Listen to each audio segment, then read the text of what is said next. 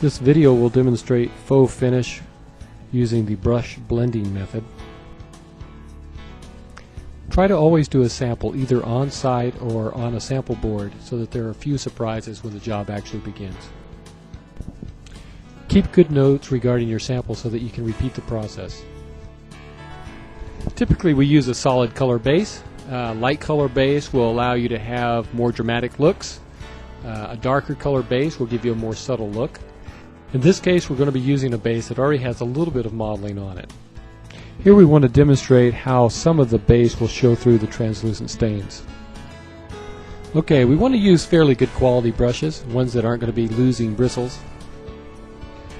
In this method we use concentrated color and fairly light moisture. Mix the colors in small quantities because a little bit goes a long way. Also, the life of the product after mixing is about 3 hours, so you don't want to mix too much and not be able to use it. We need one brush for each of the colors that we'll be using. Vacuum off each of the brushes so that they are clean, and also label them well so that you can tell at a glance which brush is for which color. Remember to keep your colors well mixed. Use a paintbrush to apply stain to a portion of the board. We don't use the round brushes for this because we do not want the bristles to become overly saturated. Each of the round brushes will need to be conditioned. In the beginning, the brushes will soak up almost all the moisture. Keep applying moisture until some of the moisture stays in place. Apply the stain using quick, tight, circular motions. Draw out the stain after you apply it so that you have a very thin layer of coloring on the surface.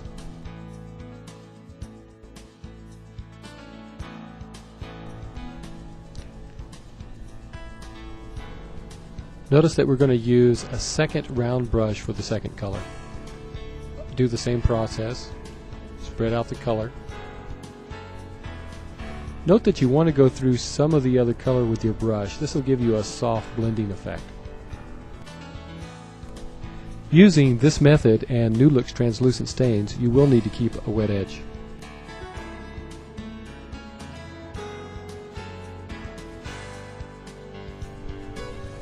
What we typically think of here is, as far as patterns go, is just try not to make a pattern.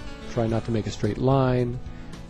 Try not to blob the same colors together in a big area. Just think about making irregular shapes and letting the colors just softly blend into each other. There will be times when you want to create patterns. You'll want to create veins. You'll want to highlight certain areas. We're not really going over that in this video, but we will be talking about that more in upcoming videos. One thing to make note of here is that it can be helpful to have someone around while you're putting down the color, and they can help you see areas that you're missing and avoid some of the mistakes that you might have to touch up after the fact. Notice that kind of harsh brown edge there. Here we just soften that up a little bit. Keep moving the brush around, keep spreading out the moisture. Also, one thing that we've learned here is that this method doesn't work with all colors. We find that with grays in particular, this process doesn't seem to work very well. The grays tend to turn out very dark and look almost dirty. So this tends to work better with browns and reds and tans. But not so much with the grays. We have other application processes that we use when we're working with the gray colors. Okay, for this sample board, that's pretty much it. Notice that you can see some of the base color showing through here, some areas of dark that we had on the original base. Thanks for joining us, and look for our other videos with tips on doing the blending brush process.